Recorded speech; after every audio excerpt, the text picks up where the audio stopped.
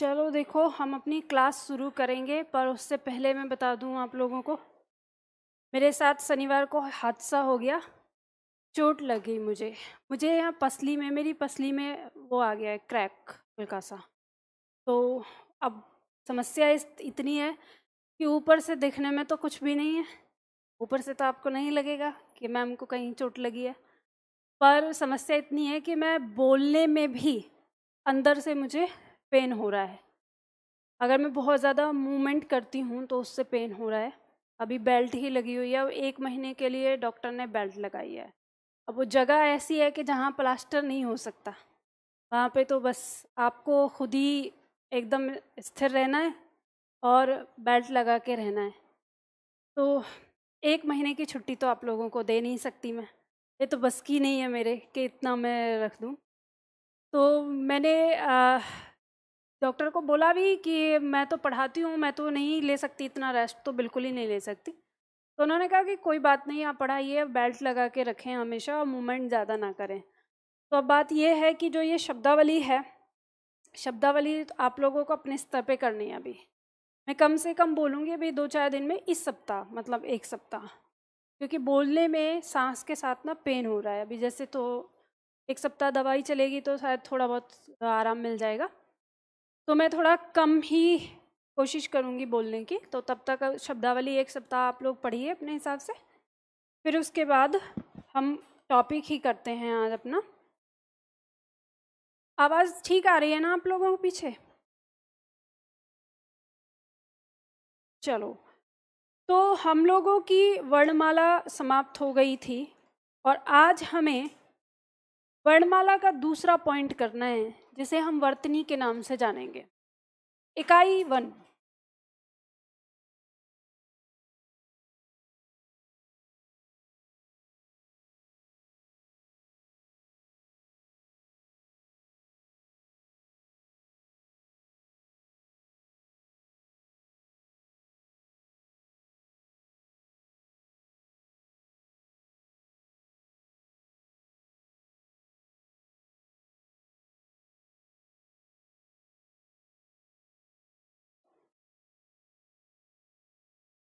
बताइए, वर्तनी से क्या समझते हैं?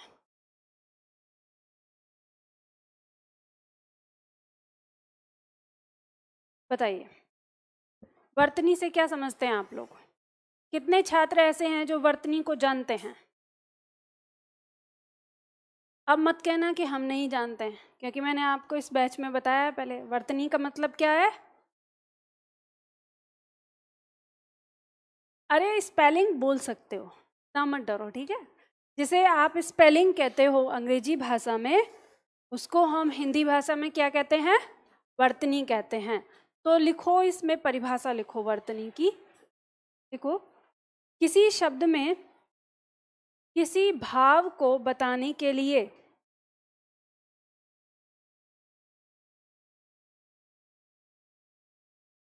किसी शब्द में किसी भाव को बताने के लिए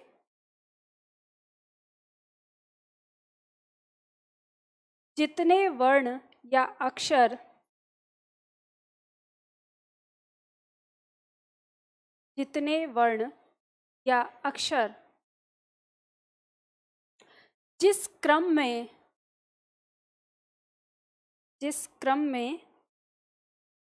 प्रयोग होते हैं, जिस क्रम में प्रयोग होते हैं, उन्हें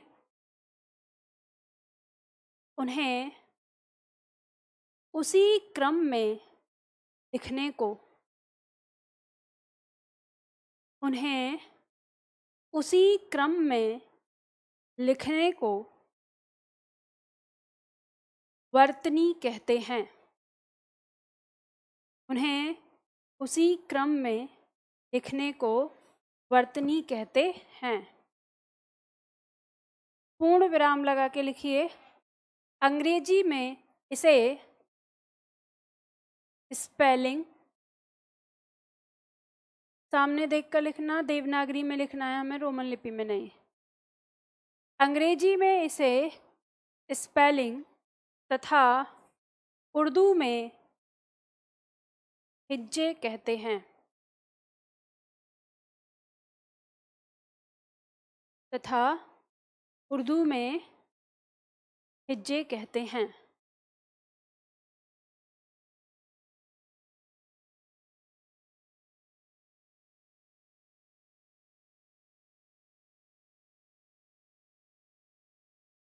तो अगर कोई शब्द आपका गलत लिखा हुआ है तो आप कहेंगे कि इसकी वर्तनी अशुद्ध है। जैसे मान लो हमने शब्द लिखा उज्ज्वल, तो हम ये कहेंगे कि इसकी वर्तनी शुद्ध है या अशुद्ध है। ठीक है, तो उज्ज्वल शब्द हमारा यहाँ लिखा है तो इसकी वर्तनी शुद्ध है। ठीक है, अगर मान लो कि हम इसे इस तरह से लिख दें तो इसकी वर्तनी क्या हो जाएगी, अशुद्ध हो जाएगी। तो इसी को हम कहते हैं स्पेलिंग अंग्रेजी में, उर्दू में इसी चीज को हिज्जे कहते हैं। ठीक है, चलो अब इसके बाद हमें यहाँ पे जानना है कि जो वर्तनी से संबंधित आखिर वर्तनी हमारे लिए महत्वपूर्ण क्यों है। तो हमारी दो तरह की परीक्षाएं होती, ठीक है, एक परीक्षा होती है हमारी सब्जेक्टिव और एक होती है ऑब्जेक्टिव। जब हम ऑब्जेक्टिव परीक्षा को देखते हैं या जिन छात्रों की ऑब्जेक्टिव परीक्षा है, अगर वो लेखन में वर्तनी में कुछ अशुद्धि करते भी हैं तो परीक्षक को इसका पता नहीं चल पाता, क्योंकि वहाँ तो पेपर में जो लिखा आएगा आपको वही टिक करना होता है कि सही है या गलत है। लेकिन जो सब्जेक्टिव आपकी परीक्षा होती है वहाँ जब आप लिखते हैं तो उसमें जो परीक्षक है उसको पता चलता है कि आप वर्तनी में कितनी अशुद्धियाँ कर रहे हैं या कितना शुद्ध है। तो उसमें हमारे साथ ऐसा होता है कि ऑब्जेक्टिव में तो एक बार को हम बच जाते हैं अगर हम लेखन में कुछ गलतियां करें और ये सारी चीज़ें, लेकिन जो सब्जेक्टिव में अगर जो छात्र गलतियां करते हैं तो उनको इसका खामियाजा भुगतना पड़ता है। क्या होता है उनके साथ, तो जब अगर हम चाहे, अब ये पॉइंट दोनों ही भाषाओं के लिए है, अगर अंग्रेजी में भी आप गलती करोगे लिखने में तो वहाँ पर भी, अगर हिंदी में अगर आप लिखने में गलती करोगे तो वहाँ पर भी, जो आपको प्राप्तांक होता है उसमें से 20% अंक काट लिया जाता है यदि आपके लेखन में 3 से ज़्यादा गलतियाँ होती हैं। 3 गलतियाँ माफ़ होती हैं, क्योंकि कभी कभी ऐसा होता है कि हम जब लिख रहे होते हैं तो हमारे दिमाग में कुछ और चलता है और पेन हमारा कहीं और पे होता है, तो कभी कभी हम अनजाने में शब्द को गलत लिख जाते हैं। तो यह मानते हुए परीक्षक ने 3 गलतियों को क्षम्य किया है। लेकिन अगर 3 से बहुत ज़्यादा गलतियां दोहराई जाती हैं तो फिर आपको जितना अंक मिलेगा उतने अंक का 20% काट लिया जाता है। तो इससे हमें नुकसान होता है। और जैसे अगर हम देखें हमारा जो हिंदी माध्यम वर्ग है, यानी कहें कि जिन्होंने जो हिंदी मीडियम से पढ़ते हैं, आईएएस जैसी परीक्षा में, पीसीएस जैसी परीक्षा में हिंदी में हमारे छात्रों को इस चीज़ का खामियाजा भुगतना पड़ता है। लेकिन इस बारे में हमारे छात्रों को बहुत ज़्यादा ज्ञान नहीं होता। ज्ञान इसलिए नहीं होता क्योंकि वो ध्यान नहीं देते अपने लेखन पे। और यहाँ पे हम जिस स्तर पे पढ़ रहे हैं तो यहाँ हमारे जो प्रोफेसर होते हैं या बड़े अध्यापक जो हैं, जैसे आईएएस की तैयारी करा रहे हैं या पीसीएस की तैयारी करा रहे हैं, वो कभी आपकी नोटबुक नहीं देखते। जब वो आपकी नोटबुक नहीं देखते तो उनको भी अंदाज़ा नहीं लगेगा कि आप लिखने में गलतियां कर रहे हैं।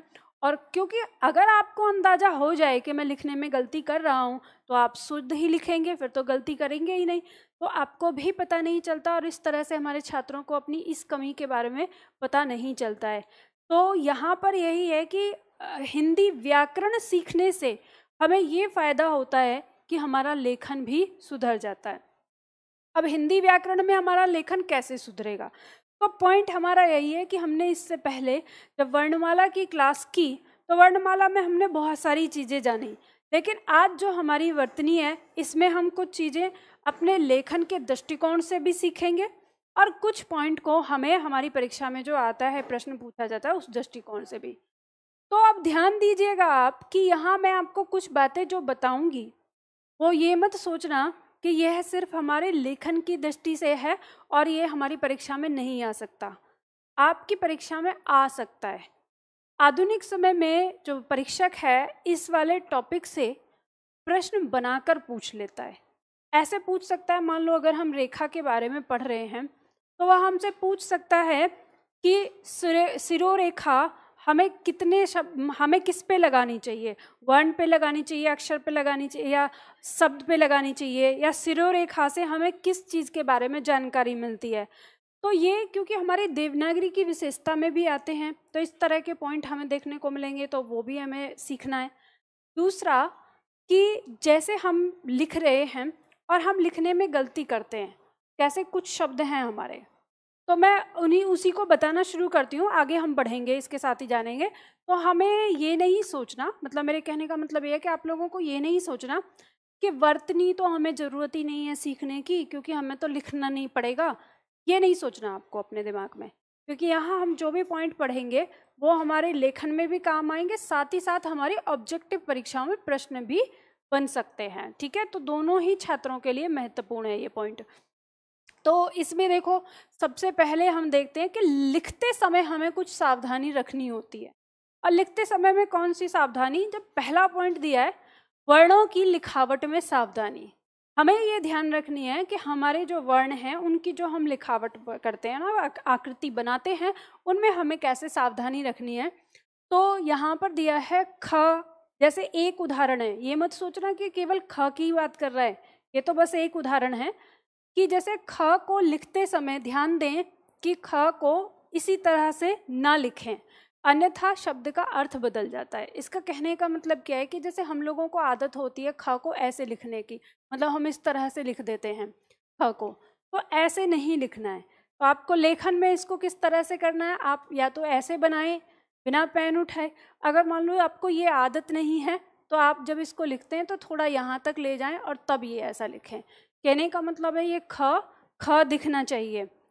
अगर आपने ऐसे नहीं लिखा तो देखो अंतर किस तरह से आता है, उदाहरण देते हुए मैं समझाती हूँ।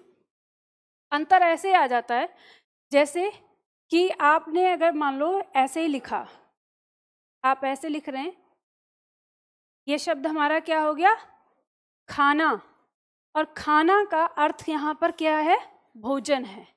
ठीक है, खाना का अर्थ क्या है यहाँ, भोजन।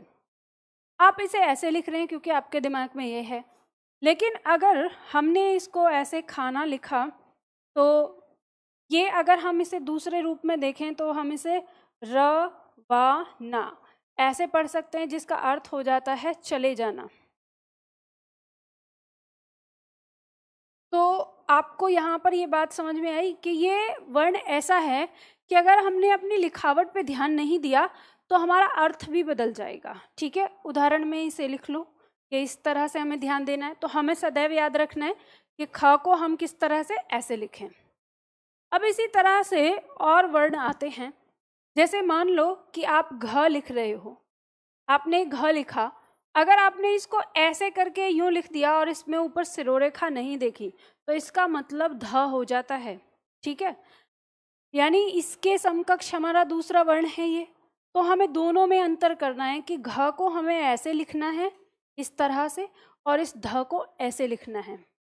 अब ऐसे कुछ छात्र क्या लिखते हैं, एक शब्द है, वर्ण है हमारा जैसे य, जब हम लिखते हैं य इस तरह से बनाते हैं, लेकिन कुछ छात्र इसको ऐसे जल्दी से यूं बना देते हैं और ये कौन सा वर्ण लगने लगता है, प लगने लगता है। तो हमें यही ध्यान देनी है। अब ये छोटी छोटी चीज़ें, ऐसे ही जैसे र बनाते हैं तो र हमारा इस तरह से बनता है, लेकिन कुछ लोग जल्दी से इस र को ऐसे उड़ा देते हैं, तो कई बार ये र आ का रूप भी लगता है। तो लेखन में हमें इस चीज़ को ध्यान रखना है। अब आप कहेंगे अरे मैम अंग्रेजी वाले टीचर तो कहते हैं कि रनिंग राइटिंग कैसे भी लिखो ऐसे, और ये सारी चीज़ वहाँ तो गलती नहीं बताई जाती। तो ध्यान रखो ये अंग्रेजी नहीं है, क्या है, हिंदी है। और इससे अगर आपकी राइटिंग खराब होती है तो आपके अंकों पर इसका प्रभाव पड़ता है। अब इसका उदाहरण कैसे देख सकते हो कि मान लो आप स्वयं अपने आप को प्रोफेसर की जगह रख कर देखो। अब उसमें कहीं कोई लाइन आ रही है, वहाँ लिखा हुआ तो क्या था, खाना, लेकिन आप क्योंकि जैसे आप पढ़ रहे हैं आपको समझ में आया रवाना, तो जब वो पंक्ति पढ़ेगा तो एक आपने तो लिखा खाना शब्द को लेकर वाक्य बनाया, लेकिन उसने जो अपने दिमाग में रवाना पढ़ा तो वो जो उसके मन में विचार आ रहा है वो तो क्या हो गया, मिसमैच हो गया। तो फिर उसको लगेगा अरे बच्चे ने गलत लिखा है क्या, फिर वो दोबारा समझेगा। दोबारा समझेगा तो मतलब एक ही चीज़ को उसको 2 बार पढ़ना पड़ रहा है। इससे जो प्रोफेसर है वो क्या होता है, इरिटेट होगा, और इरिटेट होके उसका खामियाजा किस पे पड़ेगा, अंकों पे पड़ेगा। अब वही मान लो कि बहुत सुंदर लिखा हुआ है, एकदम उसे एक से जैसे ही एक पलक देखता है उतने में पूरी पंक्ति समझ में आ जा रही है और इतना सुंदर सुंदर लिखा हुआ है। तो ऐसे में भी प्रोफेसर क्या सोचता है कि बच्चे ने इतना ध्यान दिया है, और अगर आपकी शुरुआत की 4-5 पंक्तियां भी अच्छी हुई तो वो बीच की चीज़ों को छोड़ के अंत में कंक्लूजन पे जाता है और फटाफट से मतलब मन खुश हो गया और एक अच्छे नंबर दे देता है। तो हमारा लेखन भी हमारे मार्क्स पर प्रभाव डालता है, हमारे अंकों पर प्रभाव डालता है। तो हमें इन चीज़ों को ध्यान रखना है। अब अगर मान लो आपके दिमाग में रहे मेरे कि मैम मेरी तो राइटिंग बचपन से ही गंदी हो गई है, मैं कैसे सही करूं, या मैं जब तेज गति से लिखता हूं तो उस समय गंदा हो जाता है राइटिंग, तो उसके लिए आपको अभ्यास करना होगा कि अपनी गति तेज रखें और शब्दों को साध कर बनाएं। ठीक है, तो अब ये तो है ही कि जब अगर आप में से अगर किसी को सब्जेक्टिव परीक्षा देनी है तो इसका एक सबसे बेहतर तरीका ये होता है कि आप जिस तरह से हर रोज खाना खाते हैं उस तरह से 1 पेज लेखन जरूर करें, वो जरूरी होता है पढ़ने के साथ, है ना। अब ये आता है अगला पॉइंट हमारा कि वो तो हो गया कि एक हम लेखन पे ध्यान देंगे वर्णों का। दूसरी सावधानी हमें सिरोरेखा पे रखनी होगी। सिरोरेखा का मतलब क्या होता है, तो सिरोरेखा होती है जो हम वर्णों के ऊपर रेखा खींचते हैं, जिसे हम सुरेखा के नाम से भी जानते हैं। ठीक है, अब इसमें ये क्या कह रहा है, इसका कहने का मतलब ये है कि कुछ वर्ण ऐसे होते हैं जिनके ऊपर सिरोरेखा तोड़ी जाती है, चाहे वो वर्ण शब्द के मध्य में क्यों ना आया हो। अब पहले इस बात को समझते हैं कि ये तो हम जब जानेंगे, पहले तो हमें यही जानना है कि हमें सिरोरेखा लगानी होती है कि नहीं। तो देखो, जैसे कुछ लोग लिखते हैं, जैसे मान लो हमने कहा, एक वाक्य लिख रही हूं मैं, दीपक पुस्तक पढ़ता है। आप में से कितने छात्र इस तरह से लिखते हैं, ईमानदारी से बताना।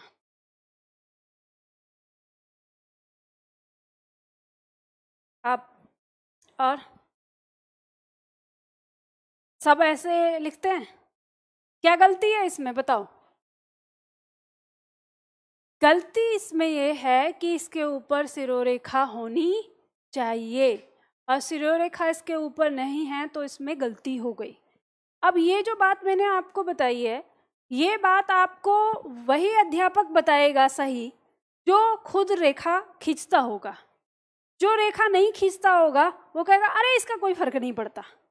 तो अगर कोई आपको ऐसे बोले कि इसका फर्क नहीं पड़ता, तो उसको समझाना कि जब हम वर्ण पढ़ते हैं, मान लो हमने अ जब पढ़ा तो अ ऐसे पढ़ा था या ऐसे पढ़ा था, पहला कि दूसरा। ठीक है, जब हमने मात्रा ए पढ़ा था, ऐसे पढ़ा था या हमने ऐसे पढ़ा था, पहला कि दूसरा। जब हमने व्यंजन पढ़ा था तो हमने क व्यंजन ऐसे पढ़ा था या हमने क व्यंजन ऐसे पढ़ा था। हमने मान लो हमारा वर्ण था ल, हमने ऐसे पढ़ा था कि हमने इसे ऐसे पढ़ा था, दूसरा।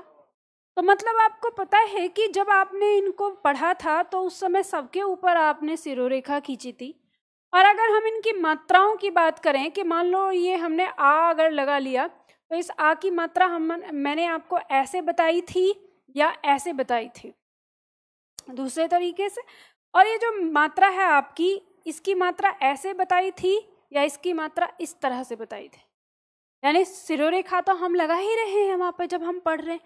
तो जब हम इनको पहला यानी इनकी जो सबसे छोटी इकाई है, हम वहाँ पर इन पे मात्रा लगा, ये सिरोरेखा लगा रहे हैं, तो इनके शब्द में फिर क्यों नहीं लगाते। अब जैसे मान लो कि हमारी पूरी वर्णमाला है और पूरी वर्णमाला में हमें एक शब्द लिखना है। जैसे मान लो हमने कहा कलम, तो कलम के लिए हमें एक क वर्ण की जरूरत पड़ी, ठीक है, म वर्ण की जरूरत पड़ी और ल की जरूरत पड़ी। ठीक है, तो हमने लिखा क ल म। अब हम यहाँ पे ऐसे लिख रहे हैं, ऐसे लिख रहे हैं, ऐसे लिख रहे हैं। तो जब हम इनको नज़दीक लेकर आते हैं तो ये हमारी इस तरह से जुड़ जाती है यहाँ पर। और जब ये जुड़ गया तो सिरोरेखा तो बनी रही है, तो जब सिरोरेखा बन ही रही है तो फिर हम क्यों कहते हैं कि यहाँ पे ज़रूरत नहीं है। समझ गए ना। तो लेखन में एक दूसरा पॉइंट ये भी होता है कि हम शब्द बनाने के लिए हमें सिरोरेखा का प्रयोग करना होता है, ये आवश्यक होता है। तो ये भी हमारी वर्तनी शुद्धि और अशुद्धि का हिस्सा बनता है। ठीक है, तो अब हमें ये बात ये समझ में आई कि मतलब हर शब्द को लिखने के लिए हमें सिरोरेखा लगानी होती है। उसमें से ही ये पॉइंट आपके सामने आया है कि कुछ ऐसे वर्ण होते हैं हमारे जिन पर हम सिरोरेखा तोड़ते हैं। अब यहाँ पे दिया हुआ है, देखो कौन कौन से वर्ण, मैं लिख देती हूँ, आपके पास तो लिखा हुआ है ये।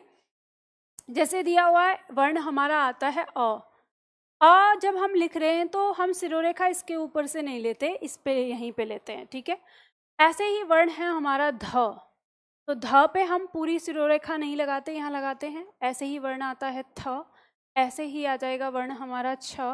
ठीक है, इसी तरह से वर्ण आ जाता है हमारा भ, इसी तरह से वर्ण आता है हमारा ये श, इसी तरह से वर्ण आ जाता है हमारा ये तरह से। तो यहाँ आपको क्या चीज़ इसमें कॉमन पता चल रहा है, याद रखने के तौर पे अगर देखेंगे तो आपको यहाँ पता चलेगा कि ये जो राउंड हो रहा है ना गोल आगे से, तो जिस वर्ण में इस तरह की स्थिति आ रही है अ को छोड़कर, लगभग उन सारे वर्णों पर हम इसको तोड़ रहे हैं। जैसे मान लो हम लिखें अधर्म, हमने लिखा अधर्म, तो अधर्म में हम ऐसे लगाएंगे तो ये गलत हो जाएगा।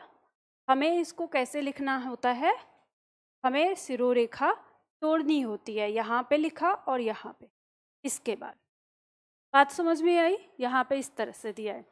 जैसे मान लो हमने जैसे कहा मनोभाव शब्द लिखा, अगर हम ऐसे लिखते हैं तो ये गलत हो जाएगा। तो हम जब लिख रहे हैं मनोभाव तो हमें यहाँ पर ऐसे तोड़ना होता है, ये सही होता है। ठीक है, तो उसने ये कहा है कि जब हम किसी भी वर्ण को लिख रहे हैं तो इन पे सिरोरेखा तोड़ी जाती है, चाहे वर्ण उसके मध्य में क्यों ना आए, शब्द के मध्य में।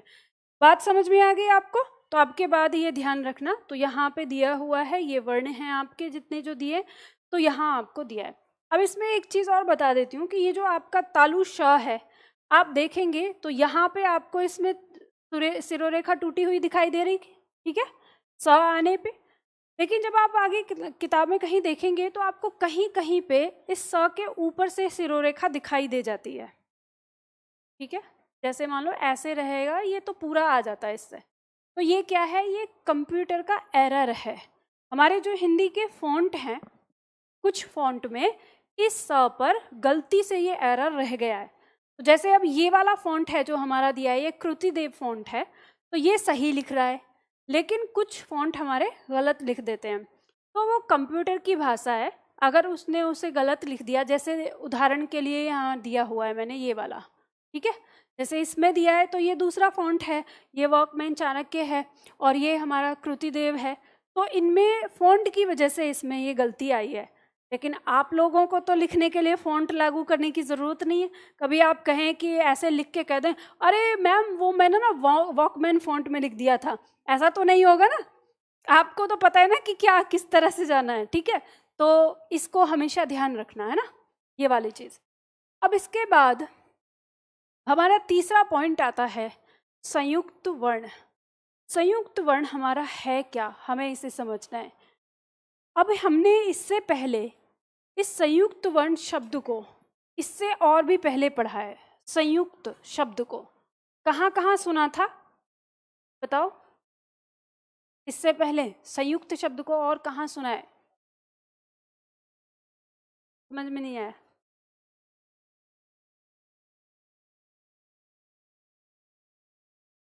संयुक्त व्यंजन, हमने इसको सुना है संयुक्त स्वर, संयुक्त व्यंजन, और अभी हमने पढ़ा संयुक्त वर्ण।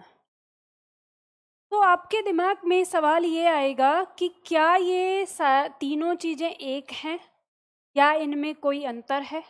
अंतर है तो क्या अंतर है, या कैसे हम इनको करेंगे, ठीक है। महत्वपूर्ण है आपकी परीक्षा के लिए। मेरा अब सांस फूलने लगा है क्योंकि सुबह भी ली 1 घंटे की क्लास, तो अब पेन बढ़ रहा है। चलो कोशिश करती हूँ ना। 1 सप्ताह का ही मुझे लग रहा है, 1 सप्ताह तक थोड़ा ज़्यादा पेन होगा, फिर उसके बाद ठीक हो जाएगा।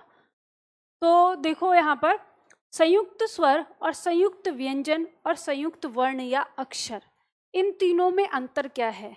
परीक्षा के दृष्टिकोण से बहुत महत्वपूर्ण है ये आपका। और इसमें जो संयुक्त स्वर ये हमारे 4 हैं, ए, आय, ओ और औ। आपकी जो ये वर्तनी वाली टॉपिक है, इसके लास्ट में खाली पेज होगा आपका ना, जहाँ पे पेज प्रश्न उत्तर से पहले इसमें स्थान होगा, तो वहाँ पे पेज नंबर बता दो, कितना है पेज नंबर? 24, पेज नंबर 24 ना, वहाँ पे स्थान है। कुछ लोगों के पास होगा, पेज नंबर 24 पे देखो, वहाँ पे इन तीनों को अलग से लिख लेना, ठीक है। ये जो मैं अभी लिखवा रही हूँ, क्योंकि अब प्रश्न बन जाता है फिर कहीं आपको दिक्कत हो। संयुक्त व्यंजन हमारे 4 हैं, जिसमें कौन कौन से हमारे छ, त्र, श्र और ग, ठीक है। तो इनमें अंतर हो गया। जब बात आएगी संयुक्त स्वर की, तो संयुक्त स्वर क्या कौन से हमारे? ये चारों। और जब बात आएगी संयुक्त व्यंजन शब्द की, तो ये हमारे क्या हो जाएंगे? ये चारों, ठीक है। समझ में आ गया? अब संयुक्त वर्ण और संयुक्त अक्षर का क्या मतलब है, वो आपको समझना है, वो कैसे अलग है। तो संयुक्त वर्ण या संयुक्त अक्षर हम उन व्यंजनों के जोड़े को कहते हैं जिन व्यंजनों के बीच में कोई स्वर नहीं आता, ठीक है।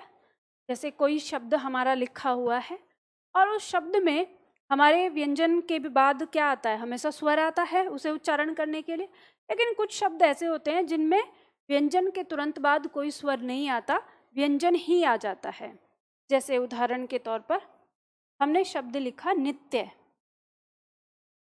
अब जैसे ये नित्य शब्द लिखा है, मैं इसे आपको तोड़कर दिखाऊं। ये हमारा क्या है? व्यंजन है, ठीक है। इसका स्वर क्या है? ई। फिर हमारा ये क्या है? व्यंजन। और फिर हमारा स्वर नहीं है इसमें, दूसरा क्या आ गया? ये व्यंजन। और इसका स्वर क्या हो गया? अ। तो यहाँ पर हमारे 2 व्यंजन आ गए लगातार, ठीक है। तो जब हमारे 2 या 2 से अधिक व्यंजन लगातार आ जाते हैं, उसी जोड़े को हम किस नाम से जानते हैं? संयुक्त वर्ण या संयुक्त अक्षर। संयुक्त अक्षर हम कैसे कह देंगे? जैसे यहाँ पे, क्योंकि अभी इसमें अ भी शामिल हो गया, तो ये हमारा क्या है? संयुक्त अक्षर कहलाएगा। बात समझ में आ गई आपको? इसमें कुछ भी ऐसा नहीं जो आपको समझ में ना आए, ठीक है। उतार लो इसे, अभी बताऊंगी, अभी बताया कुछ नहीं है ना, उतार लो आप संयुक्त अक्षर को। ये तो समझ में आ गया ना, ऊपर के 2 संयुक्त स्वर और व्यंजन, हाँ ठीक है। अभी इससे पहले आप उतार लो, अभी इसमें और भी बताऊंगी बहुत सारी चीजें।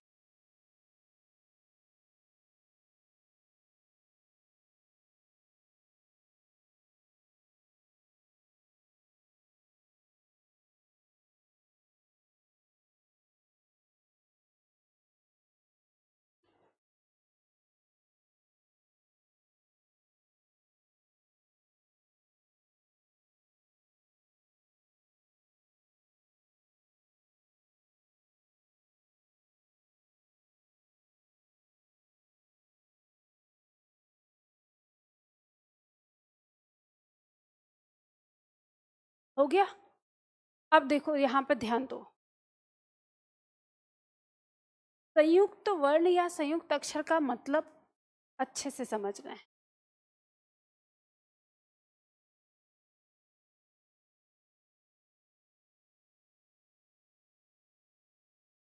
देखो जैसे एक शब्द लिखा, शुद्ध शब्द लिखा है, तो इसमें ये जो जोड़ा है, इसका मतलब क्या है? आधा द ए और ये भ। तो अगर हम इसे भी खोल के लिखें तो इसका स्वर आ गया। तो यहाँ पे 2 व्यंजन लगातार आए और ये दोनों व्यंजन मिलके यहाँ पे जो ये बना रहे हैं ना यार, इसी को हम क्या कहते हैं? संयुक्त वर्ण या संयुक्त अक्षर कहते हैं।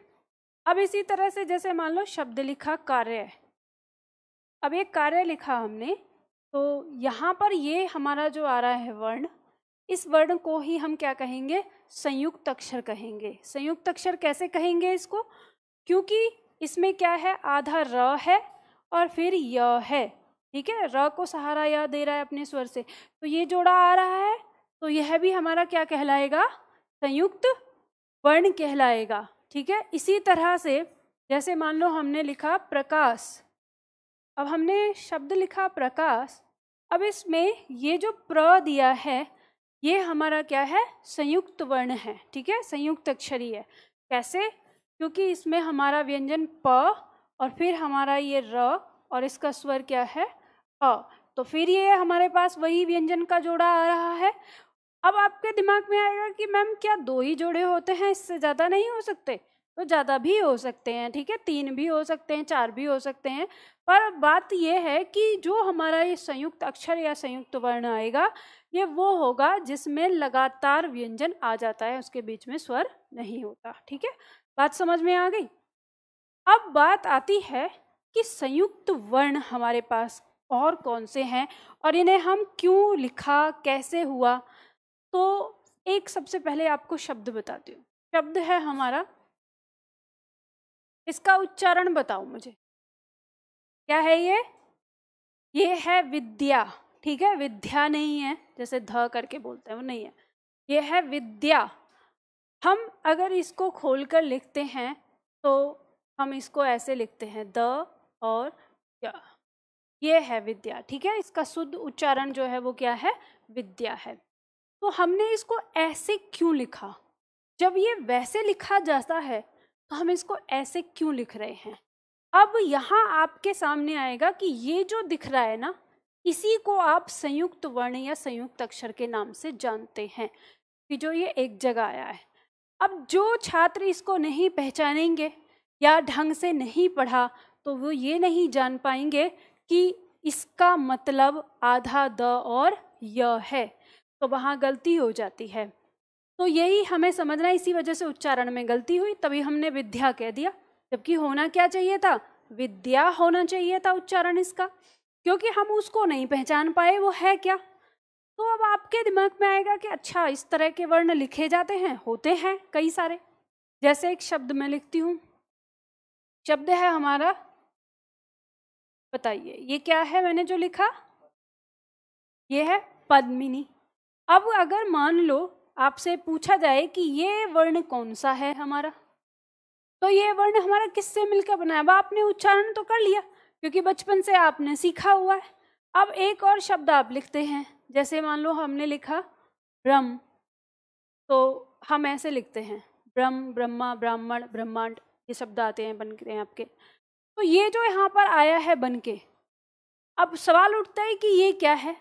कई बार बहुत सारे छात्र ऐसे होते हैं जिनको ब्राह्मण यानी ब्रह्म ये शब्द लिखने में दिक्कत होती है। अब सामने दिया होता है, पढ़ तो जाते हैं, और उनके पूछे कि बताओ ये है क्या, तो वो नहीं समझ पाते कि ये क्या है। तो हमें पता है कि ये हमारा आधा ह है और इसके साथ म है, और हम इसको देखें तो हमें पता चलता है ये आधा द है और इसके साथ हमारा म है। तो ये इस तरह से आया, इसी को हमने कहा है संयुक्त वर्ण। तो संयुक्त व्यंजन और संयुक्त वर्ण, जो संयुक्त व्यंजन हमारा बना है हिंदी में, वो संयुक्त वर्ण का ही रूप है। कैसे? जो ये बनाया हमने, ये क्या है? ये आधे क और मूर्धा श का ही संयुक्त वर्ण रूप है। पर हमने क्या किया कि हिंदी में क्योंकि इसकी ध्वनि थोड़ी सी परिवर्तित हो गई, तो ध्वनि परिवर्तित हो गई तो इसलिए हमने इसको नया अस्तित्व में रख लिया। अगर आप जो संस्कृत के विद्वान हैं, आप उनसे देखेंगे, पूछेंगे, तो वो मना करते हैं इसको हिंदी में किसी वर्णमाला में रखने के लिए। कहते हैं इसे रखने की ज़रूरत नहीं है क्योंकि ये तो संयुक्त वर्ण है। बात वैसे ही हुई ना कि जब अगर आप इसको व्यंजन मानते हो तो फिर इसको भी व्यंजन मानना पड़ेगा, और फिर इसको भी मानना पड़ेगा, अलग रूप दिया है, इसको भी मानो। तो क्योंकि ये सब क्या है? संयुक्त रूप हैं वर्ण के। अब आपके दिमाग में आएगा कि मैम ये जब हमारे पास वर्णमाला है और इनका उच्चारण भी वही है, तो इनको इस शकल में लिखने की ज़रूरत क्या है?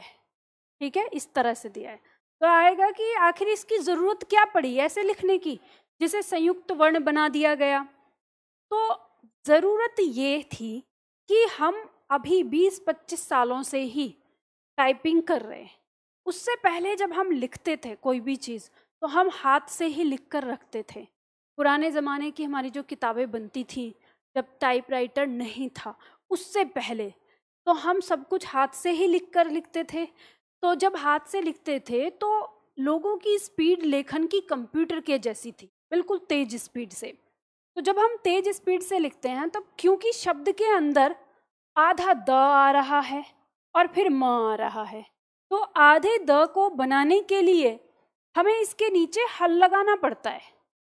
ठीक है, तो हमारे कुछ सारे व्यंजनों में कुछ व्यंजन ऐसे हैं जो आधे नहीं बनते, हमेशा उनके नीचे हमें व्यंजन लगा के बताना पड़ता है। आधे बनने का मतलब कैसे?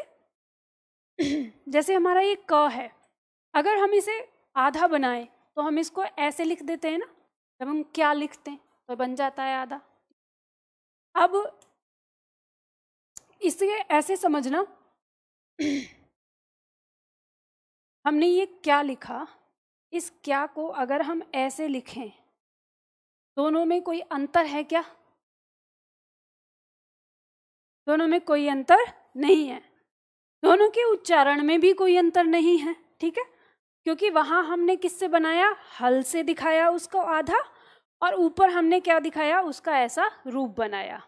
तो हम जब सारे व्यंजनों की बात करते हैं तो ख को हम आधा ऐसे लिख लेते हैं, ग को आधा ऐसे लिख देते हैं, घ को आधा ऐसे लिख देते हैं। ठीक है, ऐसे बना देते हैं। च को आधा बनाना होगा तो ऐसे बना देते हैं, लेकिन हम छ को आधा नहीं लिख सकते, है ना। अगर किसी शब्द में छ आधा आया हो तो हमें आधा दिखाने के लिए इसके नीचे क्या लगाना पड़ता है, हल लगाना पड़ता है। तो जब हमें इसे नीचे हल लगाना पड़ता है तो हमारे सारे व्यंजनों में कुछ व्यंजन ऐसे हैं जिनके नीचे हल लगाना पड़ता है और कुछ हमारे आधे हो जाते हैं। जैसे मान लो त आधा लिखोगे तो ऐसे लिख दोगे, ठीक है, थ आधा लिखोगे तो ऐसे लिख दोगे।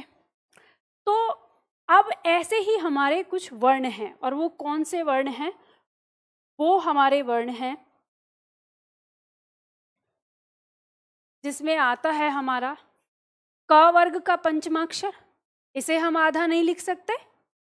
छ, ट, ठ, ड, ढ, इन्हें हम गोल पैंदी वाला कह सकते हैं। ठीक है, इनको नाम दे देंगे। गोल पैंदी वाले जो व्यंजन होते हैं उन्हें हम आधा नहीं लिख पाते हैं।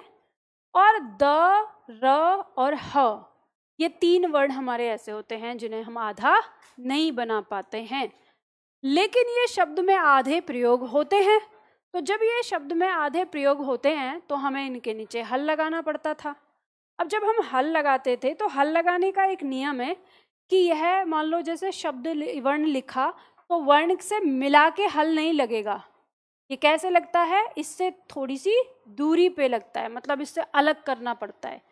तो जब अलग करने के लिए हम ऐसे लिखते थे तो हमारे हाथ की स्पीड रुक जाती थी और हमारी गति अवरुद्ध हो जाती थी।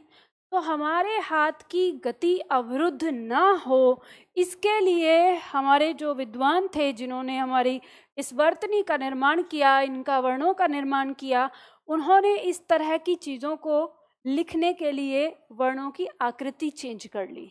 उन्होंने कहा कि जब ये द आधा बनेगा और इसको य, इसके साथ ये य आएगा, तो ऐसे को हम कैसे बनाएंगे, ये द का आधा रूप और य इसे मिलाकर पूरा कर लेता है, तो इस तरह से बन जाता है जो हमारी विद्या में आ जाता है। अब इसी तरह से जैसे हमने ये लिखा ब्रह्म में, तो ये क्या करता है कि ये ह हमारा आधा ऐसे, और इस ह को म ऐसे सहारा देने में इसके साथ आ जाता है। तो ये जो आकृति बन के आई हमारी, ये हमें क्या दर्शाती है कि ह आधा है और म उसके साथ जुड़ गया। ठीक है, तो ऐसे ही जो हमारे कुछ वर्ण हैं जो आधे बनते हैं, तो इसी रूप को हमने संयुक्त वर्ण कहा। और ये संयुक्त वर्ण मैं अब आपको क्यों पढ़ा रही हूँ या ऐसा मैं क्यों समझा रही हूँ, तो ऐसा इसलिए समझा रही हूँ कि आपकी परीक्षा में आता है वर्ण विच्छेद। अब वर्ण विच्छेद करने के लिए आपको दे दिया परीक्षक ने, किसका? पद्मिनी का। ठीक है, अब आप कैसे करोगे इसका? पहले व्यंजन क्या है? प। इसका स्वर क्या है? अ। अब यहाँ पे व्यंजन क्या है? अगर आपको इस आकृति के बारे में पता नहीं है तो आप इसे आगे तोड़ नहीं पाओगे। तो अब आपको पता है कि ये जो आकृति है ये द और म का रूप है, तो आपको समझ में आ गया कि व्यंजन कौन सा है यहाँ? द। फिर म है और म का स्वर क्या है? छोटी ई, तो छोटी ई आ गई। फिर यहाँ पर न, और न का स्वर क्या है? बड़ी ई। तो अब हम इसका वर्ण विच्छेद कर पाए, और वर्ण विच्छेद जब हम कर पाते हैं फिर हम इसका उच्चारण भी कर पाते हैं। तो इसी के लिए हम इसे पढ़ते हैं, क्योंकि यहाँ से हमारी परीक्षा में प्रश्न आता है वो देकर। अब मान लो वो कैसे देगा, एक विकल्प में तो उसने ये रख दिया, ठीक है, दूसरे बी विकल्प में वो रख देगा ऐसे प अ, उसके बाद यहाँ पर इसी को बना देगा ऐसे करके, क्यों, और फिर इसके बाद ई, फिर न, और फिर ये ई। तो ये पूरा लिखा नहीं उसने, अधूरा रह गया। सी में ऑप्शन आपको दे देगा प अ, यहाँ पे म, और यहाँ द, और फिर ई और न, और फिर इस तरह से कर। तो इसमें आपको ऐसे ऑप्शन देता है वो। अब जब आपको अगर ये नहीं पता होगा कि यह संयुक्त वर्ण हमारा किससे मिलकर बना है, तो फिर क्या हो जाएगा, इसमें गलती हो जाएगी। तो बात समझ में आई आपको? तो अब यह है कि हम इसी में पढ़ेंगे इनका रूप, ठीक है। तो अब हम यहाँ पे पढ़ेंगे, तो सर्वाधिक प्रयोग में आने वाला जो वर्ण है हमारा द, र और ह, तो इनका संयुक्त वर्ण रूप हम यहाँ पढ़ते हैं। इसी तरह से आपके सामने आता है र के रूप की समस्या, क्योंकि र 3-4 तरीके से लिखा जाता है। कैसे, देखो वो भी मैं बता देती हूँ ताकि आप इकट्ठा फिर समझ लें कि हम पढ़ने वाले क्या हैं। जैसे आपने देखा शब्द लिखता कार्य,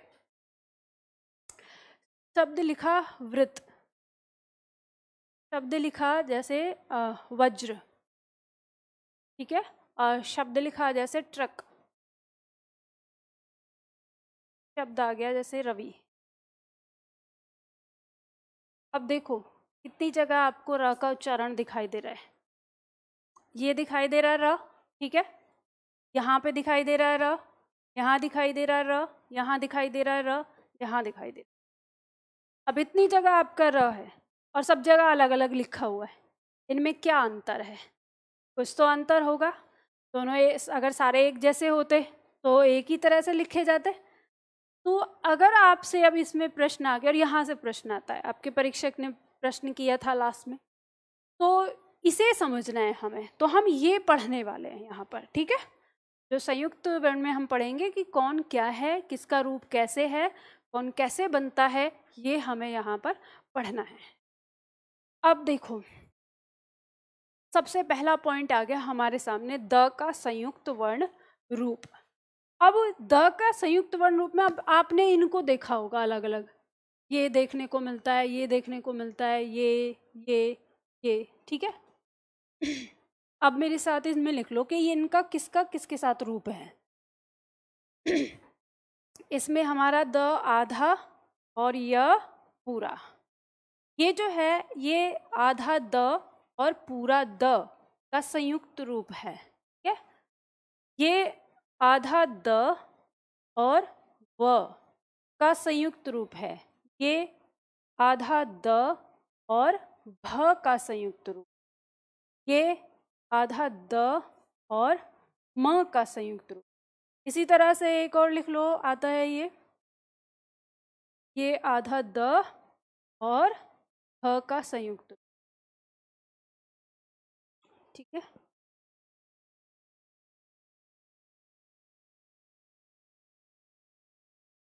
अब अगर वर्तनी में कभी भी आपको लिखने के लिए आ गया वर्ण विच्छेद, तो आप पहचान लेंगे और उच्चारण भी कर पाएंगे यह क्या है। बचपन में आपको इन शब्दों को रटा दिया जाता है, ठीक है, और ये समझने की चीज बड़े होकर ही है। अब लिखो, इसके नीचे लिखना है यह अक्षर यह है अक्षर, आधा द प्लस लिखना है य ऑब्लिक द ऑब्लिक व ऑब्लिक अ ऑब्लिक म ऑब्लिक ह का संयुक्त रूप है।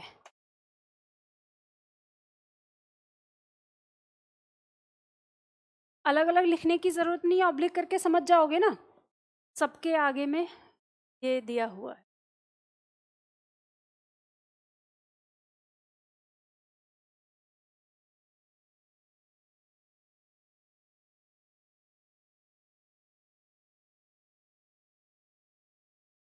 अच्छा ये बताओ, समझ में आ रहा है आप लोगों को? कहीं ऐसा तो नहीं हो रहा? क्योंकि मुझे ऐसा लग रहा है कि जैसे शायद आप लोगों को कुछ समझ में नहीं आ रहा। ये टॉपिक पता है बहुत एनर्जी वाला है। जब मैं इसे समझाती हूँ और आज मेरे बस की नहीं है एनर्जी डालना, तो आप लोगों को थोड़ी सी बोरियत लग सकती है, पर आप लोगों को थोड़ा सा ध्यान देना है तो सीख जाओगे।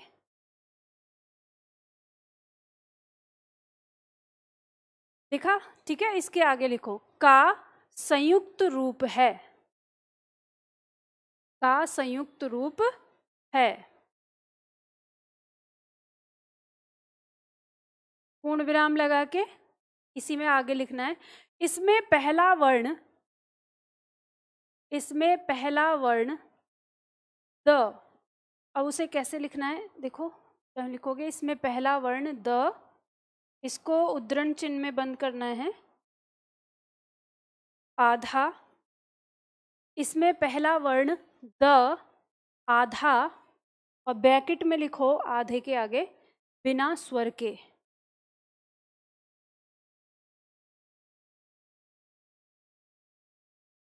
बिना स्वर के, ब्रैकेट बंद। और दूसरा वर्ण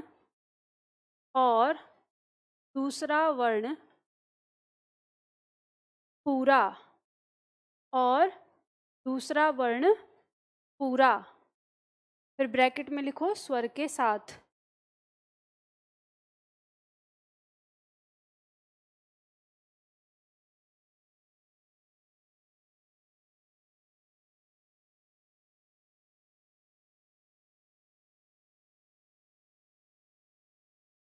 स्वर के साथ ब्रैकेट बंद करके लिखो होता है। तो देखो इसमें यहाँ आपको ये बात समझ में आ गई कि जो ये वर्ण हमारे सामने आ रहा है यह द का संयुक्त रूप है और दूसरे व्यंजनों के साथ। अब इसमें उदाहरण में लिख लो, जैसे शब्द हम लिखते हैं, शब्द है हमारा विद्या। अब के बाद विद्या मत पढ़ना, विद्या, ठीक है। इसे हम ऐसे भी लिख सकते हैं, आपने गूगल पे देखा होगा, गूगल पे ऐसे लिखा होता है अक्सर, क्योंकि गूगल ये लिखने में सक्षम नहीं होता तो ऐसे लिख देता है। शुद्ध लिखने की बात होती है, दोनों शुद्ध हैं आपका, यह भी शुद्ध है और यह भी शुद्ध है, ठीक है। उदाहरण में लिख लो, जैसे हम लिखते हैं उद्देश्य, उद्देश्य ऐसे लिखा होता है, आप देखते हैं किताबों में, आप इसे ऐसे लिखते हैं उद्देश्य।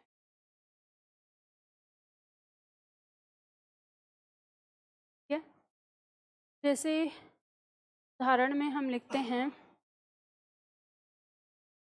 द्वारका, द्वारका को आप कैसे लिख सकते हैं? द्वारका ऐसे लिख सकते हैं।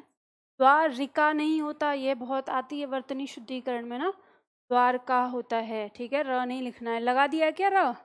अरे तो सामने देख के लिखो ना बालक, मैं जो लिख रही हूँ इसीलिए तो लिख रही हूँ ताकि आप सही लिखें, है ना।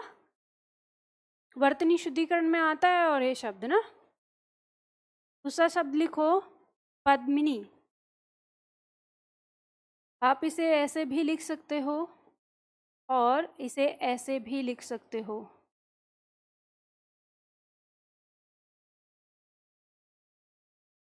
ठीक है, और जैसे आप लिखते हो शब्द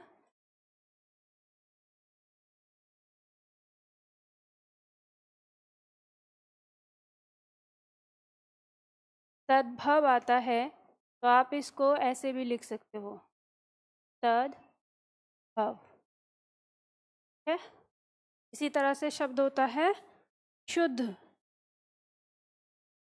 शुद्ध को शुद्ध लिखना, गूगल पे आपको ये देखने को ऐसे मिलता है।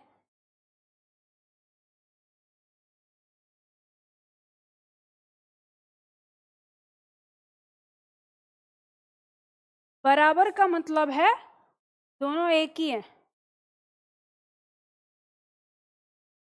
रुक जाओ बताती हूँ, लिखो पहले, उतार लो। अब जब आपकी वर्तनी शुद्धिकरण में कभी कभी आपसे प्रश्न पूछ लिया जाता है और दोनों ही विकल्प में आ गए, तो आपको कौन सा लगाना होगा? शुद्ध रूप। तो जो मानक है इसको हम मानक रूप कहते हैं। जिस पे मैं डबल चिन्ह लगाऊंगी मतलब वो ज़्यादा शुद्ध है, और जिस पे सिंगल होगा वो मतलब शुद्ध है पर उससे ज़्यादा नहीं है। ठीक है, तो इसी तरह से आप भी इसको लगाकर रख लीजिए ताकि आपको पता चले कि अगर ऑप्शन में दोनों आए तो आप कौन सा सही करेंगे।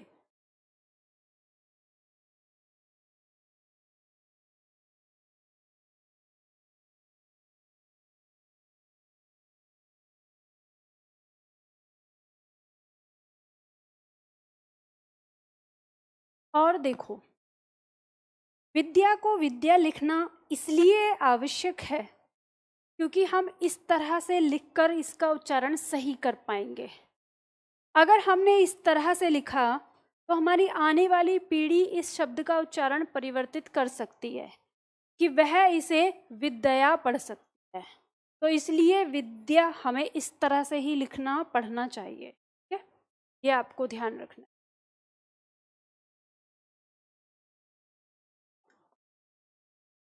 उतार लिया, ये मिटा दूं? अब देखो ये समझ में आ गया। अब इसके बाद आपका आता है, ये तो था द का रूप, अब ये आ गया हमारा ह का रूप। ठीक है, अब ह का रूप हम देखेंगे। अच्छा, इससे पहले एक पॉइंट और आपको बताती हूँ। ये तो द और ह के रूप हैं, ज़्यादा आते ही हैं। आपने जैसे मान लो कभी शब्द लिखा है ये हड्डी, इस शब्द को कभी आपने इस तरह से देखा है किताबों में लिखा हुआ ऐसे? ठीक है, तो इसका मतलब ये है कि इसमें जो ऊपर है ना ये वर्ण, ये आधा है और इसके जो नीचे है ये पूरा है। भले ही आपको ना ये बड़ा दिखाई दे और ये छोटा दिखाई दे, उससे कोई फर्क नहीं पड़ता। तो अभी तक हमने जो भी शब्द देखे, जैसे मान लो हमने ये द्वारिका लिखा, तो इसमें द के नीचे वह हमें छोटा सा दिखाई दे रहा है, लेकिन इसमें पूरा क्या है हमारा? वह पूरा है। तो ऐसे ही समझना है। अब कभी कभी आपने देखा होगा कि मान लो जैसे आधा च और ऐसे पूरा च करके ऐसे बना रहता है ना किसी पॉइंट में, तो इसका मतलब ये होता है कि एक आधा है और एक पूरा है। ऐसे ही कभी आधा न ऐसे करके बना रहता है, तो इसका मतलब क्या होता है? एक आधा है और एक पूरा है। तो ऐसे में हमें ये पता होता है कि आधा पहले है और पूरा बाद में है। ठीक है, तो ये हमें ध्यान देना होता है। चलो, अब यहाँ पे ह का संयुक्त रूप वर्ण देखते हैं।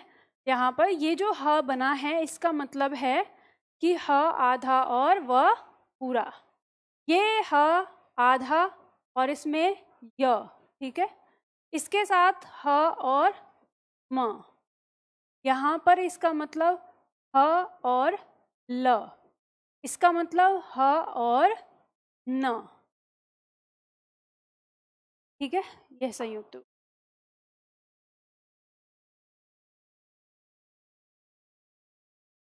इसके लिए भी आपको लिखना है यहाँ पे कि यह अक्षर, यह अक्षर ह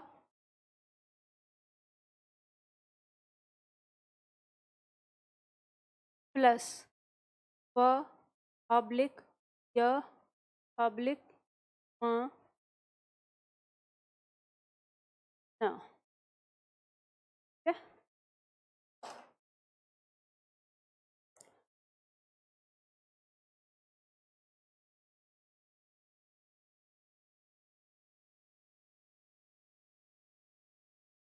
इसके बाद देखो का संयुक्त रूप है।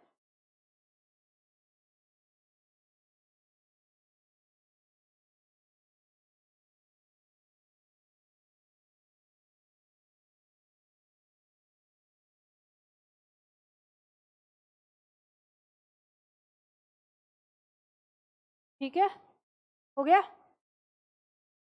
अब इसमें ये लिखवाने की तो जरूरत नहीं कौन आधा है कौन पूरा है, ये तो आपको पता ही चल गया, ऊपर है आप देख लेंगे। अब इसमें उदाहरण लिखिए, जैसे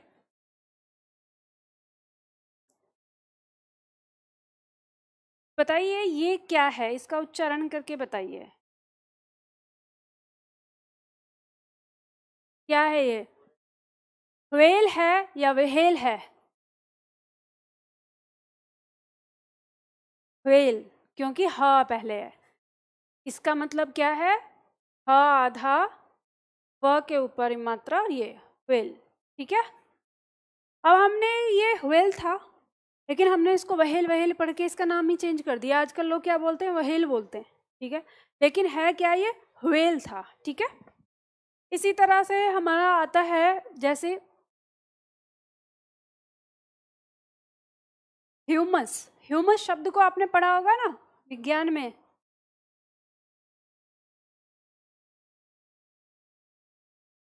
ठीक है। इसी तरह से जैसे शब्द पढ़ते हैं हम ब्रह्म, तो हम इसे इस तरह से लिख सकते हैं।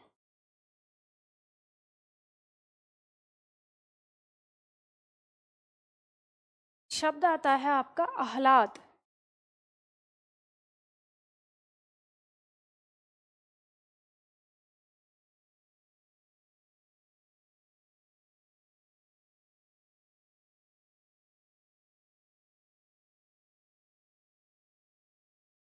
शब्द आता है आपका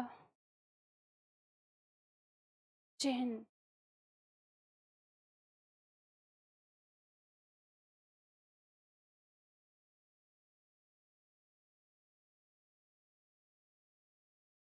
फिर इसमें ये सही, सही दोनों हैं, लेकिन ज़्यादा सही और कम सही।